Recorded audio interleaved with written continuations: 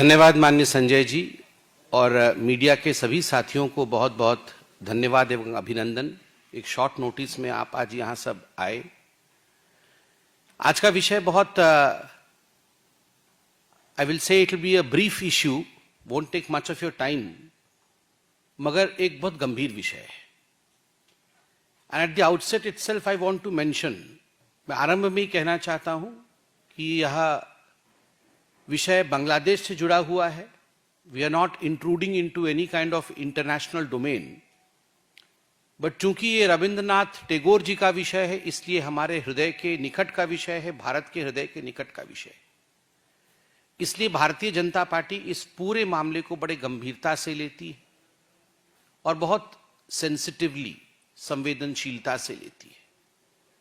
आप सबको विदित है कि मंगलवार को रविंद्रनाथ टैगोर जी के पैतृक घर, जो कि बांग्लादेश में स्थित है, वहां आक्रमण हुआ, वहां हमला हुआ और उसको काफी क्षति पहुंचाई गई है। गुरुदेव रविंद्रनाथ टैगोर कोई आम शख्सियत नहीं थे। Gurudev Rabindranath Tagore was not an ordinary person. He was a man of diversity. He was a man who gave a lot to this world. वो एक ऐसे व्यक्तित्व थे जो केवल सीमाओं से बंधे हुए व्यक्ति नहीं थे। उन्होंने 2 राष्ट्र के राष्ट्रगान को लिखा। भारतवर्ष के राष्ट्रगान को भी, जन गण मन को, रविंद्रनाथ जी के कलम ने ही संजोया और बांग्लादेश के राष्ट्रगान को भी रविंद्रनाथ ठाकुर जी ने उसे अलंकृत किया, उसे लिखा। एक ऐसा व्यक्तित्व जिसको नोबेल प्राइज मिला। रविंद्रनाथ ठाकुर जी के दादाजी द्वारकानाथ टैगोर 1840 में ढाका से लगभग 125 किलोमीटर दूर सिराजगंज में एक 2 मंजिला घर उन्होंने बनाया था, जिसको कचहरी बाड़ी, हम लोग उड़िया में भी बंगाली में भी कचहरी बोलते हैं जहां बैठते हैं, तो कचहरी बाड़ी मतलब घर होता है। कचहरी बाड़ी बनाया जिस पर अटैक हुआ है। और जो अभी मीडिया के माध्यम से पता चल रहा है, यह जो अटैक हुआ है, यह जो आक्रमण हुआ है गुरुदेव रविंद्रनाथ टैगोर जी के घर पर, यह अटैक जमाते इस्लामी और हिफाजत इस्लाम, इन संगठन के लोगों ने किया है। और मीडिया के माध्यम से यह भी मालूम पड़ा है कि यह अटैक एक प्री प्लान्ड अटैक था। 5-6 दिन से इसकी एक योजना बन रही थी कि योजनाबद्ध तरीके से रविंद्रनाथ टैगोर के, जो कि एक बुनियाद है, बंगाल के, हमारी सभ्यता के, संस्कृति के एक धरोहर है, उनके घर पर हमला किया जाएगा ताकि एक बड़ा मैसेज वो शायद विश्व को देना चाहते थे। और यह भी आपको बता दें कि यह घर बांग्लादेश सरकार ने सरकारी रूप से एक म्यूजियम के रूप में घोषित किया था। It was a declared museum, a museum which in fact within its precincts holds the originality of that part of India, of that part of the globe, I would say. Ravindra संगीत, कई कृतियां इसी घर में बैठकर रविंद्रनाथ टैगोर जी ने अंजाम दिया था उन्हें, और आज उसे ध्वस्त किया गया है। 3 विषय में यहां रखना चाहूंगा बड़ी जिम्मेदारी के साथ कि जो अंतरिम सरकार है, the interim government of Mohammad Yunus ji की जो अंतरिम सरकार है, उस सरकार का यह व्यवहार उचित नहीं है। अभी भी कोई कार्यवाही नहीं हुई है। इतने बड़े इंटरनेशनल मॉन्यूमेंट को बचा के नहीं रखा जा सका। एक बहुत ही खराब संदेश पूरे विश्व दरबार में जाता है। तो भारतीय जनता पार्टी की प्रवक्ता के नाते बांग्लादेश के अंतरिम सरकार के इस व्यवहार की हम निंदा करते हैं। दूसरा, रविंद्रनाथ टैगोर जी एक साधारण व्यक्तित्व नहीं है। मैं नहीं कहूंगा नहीं थे, क्योंकि इतने बड़े बड़ी शख्सियत वो हमेशा के लिए हमारे बीच में रहते हैं। महात्मा गांधी आज भी हमारे साथ उनके विचारधारा के रूप में मौजूद है। ठीक उसी प्रकार रविंद्रनाथ टैगोर जी भी उनके विचारधारा के रूप में, रविंद्र संगीत के रूप में, उनके लेखनी के रूप में आज भी हमारे बीच में मौजूद है।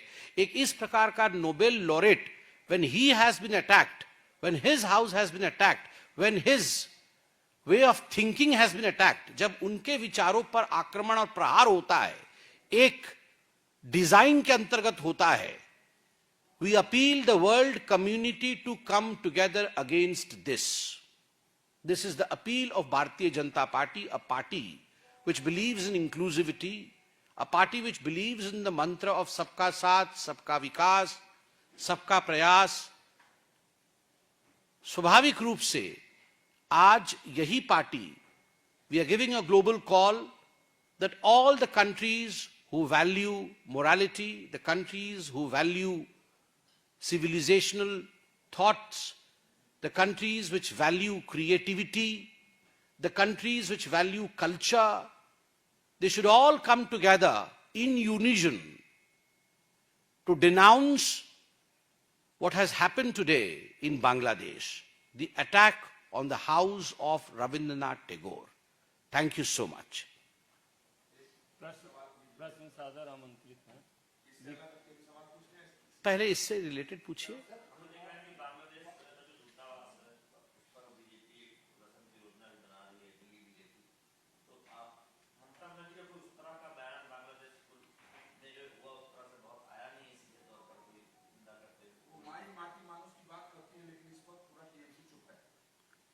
देखिए, पहली बात तो है भारतीय जनता पार्टी का इसके बाद किस प्रकार का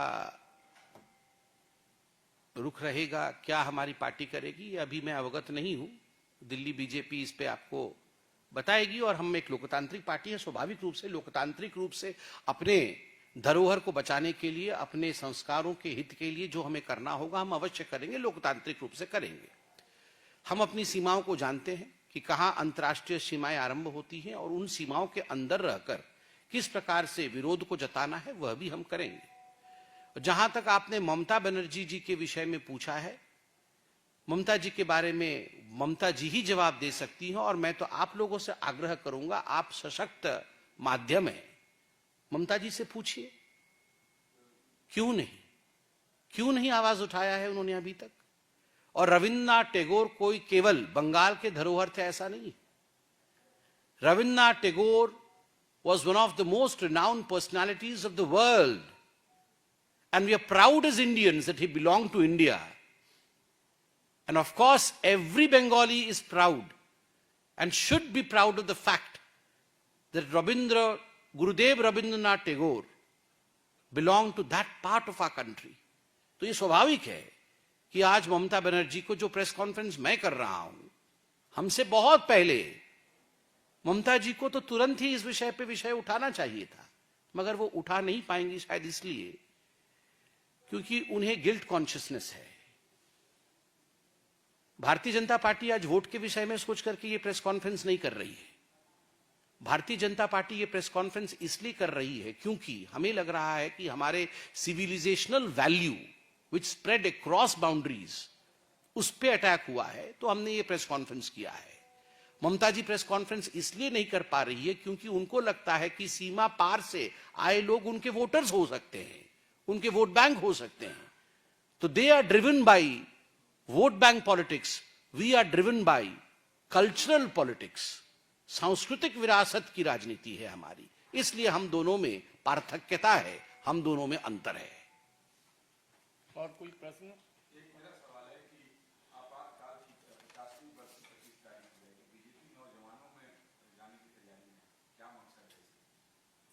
देखिए, मकसद तो बड़ा साफ है।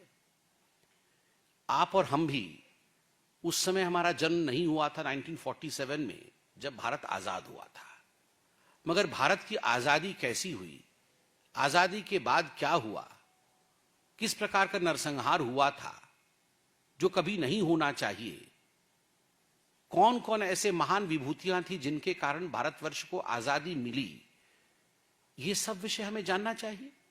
कैसे जानेंगे? पढ़ के जानेंगे, भिन्न भिन्न लेक्चर सीरीज से जानेंगे, माता पिता से जानेंगे, दादा दादी से जानेंगे। तो स्वाभाविक है किसी भी मूल समाज में, किसी भी सांस्कृतिक देश में एक चेष्टा जरूर रहनी चाहिए कि जो पूर्व है, जो विगत है, उसके विषय में आज शिक्षा दिया जाए ताकि भविष्य बिगड़ न जाए। या भविष्य संवर जाए।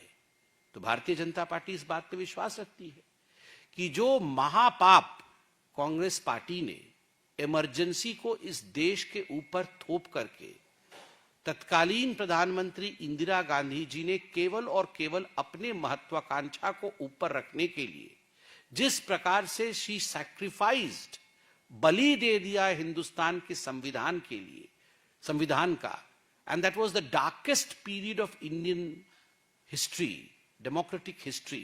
स्वाभाविक है जो बच्चे उस विषय में उनको पता नहीं है, उनको वो ज्ञान उन तक पहुंचाना, ताकि भविष्य में ऐसी बातें ना हो। क्या क्या चीजें पहले हुई थी, जो लोग हमारे बीच में हैं, मीसा एक्ट के अंतर्गत जो अंदर गए थे जेल में, कैसी यातनाएं वो सहे हैं।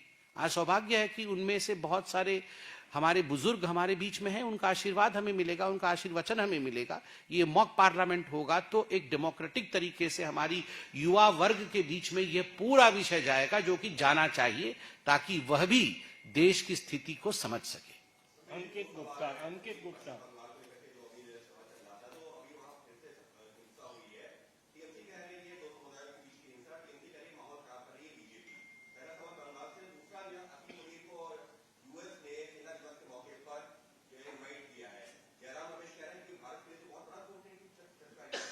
देखिए, पहली बात तो है, जहां तक ममता बनर्जी और बंगाल में जो हिंसा हो रही है उसका सवाल है, आए दिन आप देखते हैं किस प्रकार से वहां पर हिंदुओं के ऊपर अत्याचार होता रहता है, और ये कोई नई बात नहीं है।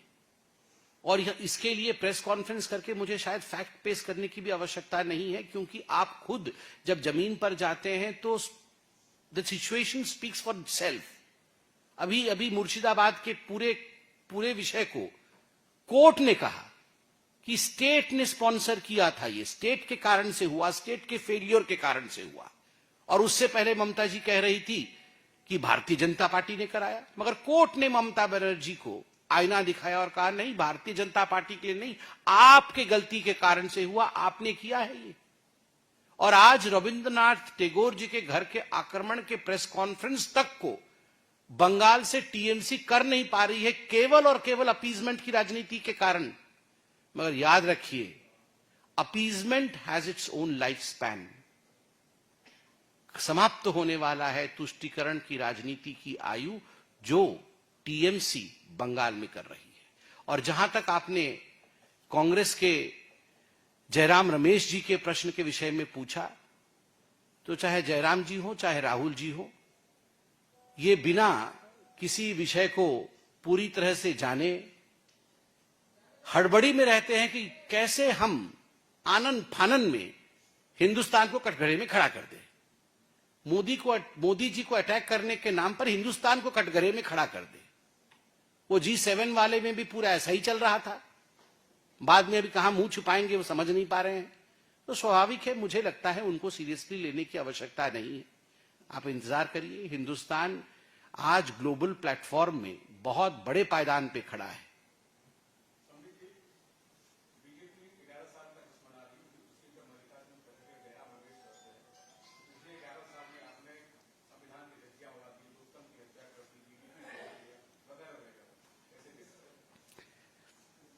नहीं, आपको क्या लगता है, मल्लिकार्जुन खड़गे जी मेरे पिताजी से भी बड़े हैं उम्र में, मैं बड़े प्यार से आज उनको बोलता हूं कि आपको क्या लगता है, मल्लिकार्जुन खड़गे जी जाके अब हमारे 11 साल के प्रेस कॉन्फ्रेंस को संबोधित करेंगे क्या? अब वो विपक्ष के नेता हैं, वो विपक्ष के पार्टी के अध्यक्ष हैं, तो स्वाभाविक है कुछ ना कुछ तो बोलेंगे ही, अच्छा तो बोलेंगे नहीं। मगर मल्लिकार्जुन खड़गे से एक दिन आप चाय पीते हुए उनसे पूछ लीजिएगा, वो दिल की बात आपको बताएंगे। वो भी जानते हैं अच्छा क्या हुआ है। अब ये आपसे थोड़ी बताएंगे कि राजीव गांधी जी कहते थे कि 1 रुपया में बेचता हूं तो 18 पैसे ही नीचे पहुंचते हैं, बाकी तो पैसे मार के हमारे लोग ही खा जाते थे, क्योंकि कांग्रेसी ही थे सब उस समय। अब वो किस मुंह से बोलेंगे कि अरे 1 रुपया भेजा जाता है तो 1 रुपया ही पहुंच जाता है, अब बोल भी नहीं सकते हैं। अब तो ऐसा सब कुछ ना कुछ तो बोलेंगे, विपक्षी है ना। तो इसलिए हमारी जो अंगिमा और भंगिमा वो ऐसी रहनी चाहिए कि हम अहंकार से बहुत दूर, गरीबों के साथ, और जो हमने अच्छा काम किया है विपक्ष के ऊपर कोई भी अटैक किए बगैर अच्छे कामों को जनता तक पहुंचाना, और वही काम हम कर रहे हैं। 11 वर्ष की उपलब्धियों को बिना अहंकार के जनता तक पहुंचा रहे हैं। और वर्ल्ड बैंक का रिपोर्ट देखिए ना, गरीबी रेखा से कितने लोग ऊपर आए हैं। आप आंकड़े खुद बोल रहे हैं, वर्ल्ड बैंक बोल रही है।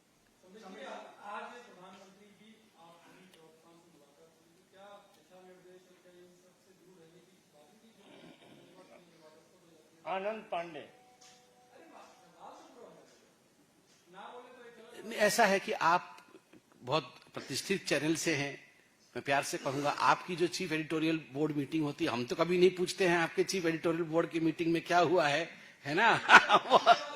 अरे सभी हमारा घर का मामला है, हमारे घर में जो मीटिंग हुई है वो हमारे घर का विषय है।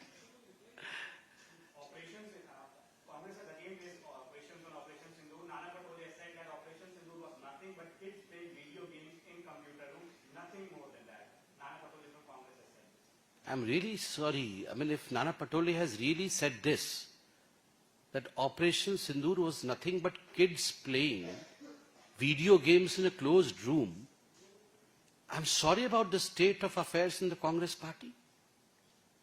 If the Congress party has decided that they want to commit suicide, the only thing that we can do as a good Samaritan is, as a good citizen of this country, is to appeal to them, don't commit suicide for God's sake.